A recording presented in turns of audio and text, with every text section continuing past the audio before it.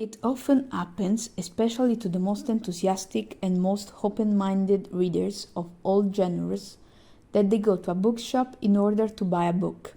In spite of this, hardly anyone stops to look at the first printed pages of a book, those with the publisher's notes, and obviously, in the case of a foreign author, the one with the translator's name. This is because it comes natural to each of us to think that the book I'm going to read in my mother tongue was probably written in the same language, and therefore, in this case, that the author is Italian. It is rare that someone stops to think, while reading, what the original version of the text might be.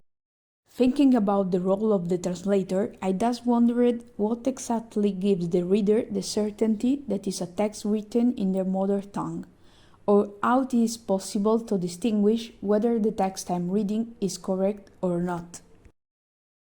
My thesis is therefore a work of critical analysis with a linguistic commentary carried out precisely to demonstrate that not always the translation is faithful to the original, not always the translator understands the author's intention, but through a deeper analysis it is possible to give the addressee the same feeling that the original reader perceives, reading in his or her mother tongue.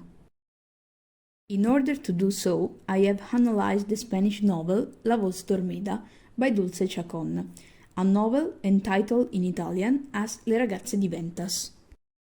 Here, I already have to make an initial critique.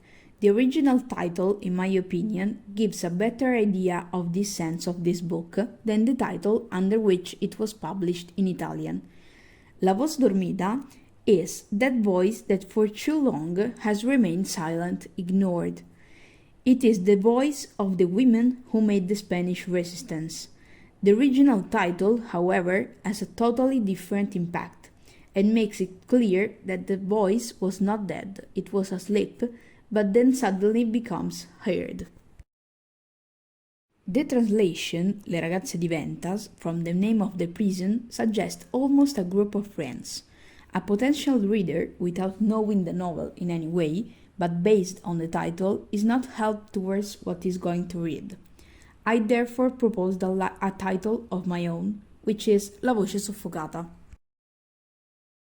The novel is divided into 3 parts, and I decided to take the story of one character, Hortensia, and follow it from the beginning to the end. Therefore, the chapters taken into analysis belong specifically to the first 2 parts of the novel. The work I carried out consists of translating a few chapters taken from the official novel using the Spanish-Italian combination, then pointing out any translation errors, finally comparing my translation with the official one, and thus proposing a linguistic comment on the translation choices made by the official translator. Before starting on this process, I focused on textual analysis, which is necessary in order to examine the prototext, that is, the source text. Then I talked about translation theory and thus translation strategies, the stages of the translation process. I emphasized how important it is to recognize the translator as a professional figure, and then talked about the translator's deontology.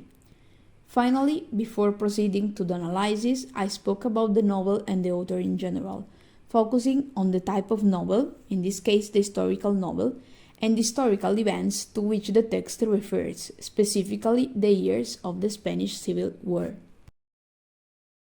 I can say that the author in the novel had the ability to bring together the stories of some people, especially women, joining them with care, respect, attention, and love. The book is a masterpiece of Spanish literature, which commemorates the years of the Civil War and the event of Franco's dictatorship. The same care, respect, attention, and love have been put into the translation, which, however, has committed some errors. The feeling that the Italian reader gets sometimes is not the same as the Spanish reader who reads in his or her mother tongue. In my opinion, any person who is passionate about reading, culture, art, has the right to be able to read and perceive any kind of text. To ensure this right, there is the role of the translator, who accompanies and guides the reader from the first to the last chapter. What I wanted to demonstrate in my thesis is that reading from a language that is not actually our own is possible, also without having to give up anything.